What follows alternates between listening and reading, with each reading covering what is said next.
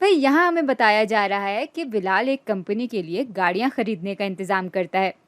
इन गाड़ियों में से 12% जीपें होती हैं।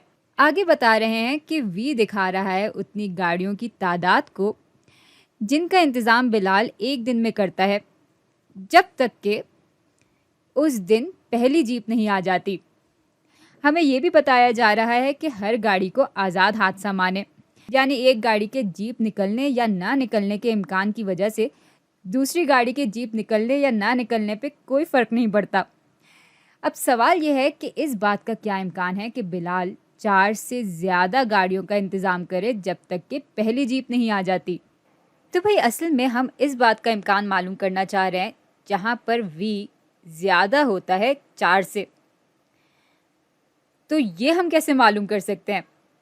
भाई सवाल को पढ़कर आपको समझ में आ ही गया होगा कि ये एक ज्योमेट्रिक वेरिएबल का सवाल है। बाइनोमियल रैंडम वेरिएबल के बरक्स यहाँ पे हमारे हादसात की तादाद मुकर्ररा नहीं होती। तो ये बात हम बिल्कुल नहीं मालूम कर सकते कि 4 से ज़्यादा कितनी गाड़ियों के बाद हमारे पास पहली जीप आएगी, और इस वजह से हम वो वाला तरीका नहीं इस्तेमाल कर सकते कि हम पहले इस बात का इम्कान मालूम करें कि वी 5 के बराबर हो, फिर उसमें जमा करें उस बात का इम्कान जिसमें वी 6 के बराबर हो, क्योंकि यूं तो ये चीज़ चलती चली जाएगी। यहाँ पे इस तरह के लामहदूद इम्कानात होंगे।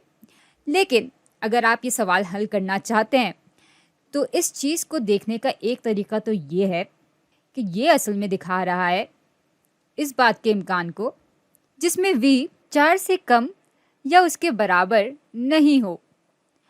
ये दोनों बातें बिल्कुल एक जैसी हैं। भाई वी अगर 4 से ज़्यादा है तो जाहिर सी बात है कि वो 4 से कम या उसके बराबर नहीं है, इसलिए ये दोनों बातें बिल्कुल एक जैसी हैं। चलें फिर इसको हल करते हैं। अब हमें गाड़ियों में जीप आने का इम्कान तो दिया हुआ है, लेकिन जीप ना आने का इम्कान नहीं दिया हुआ।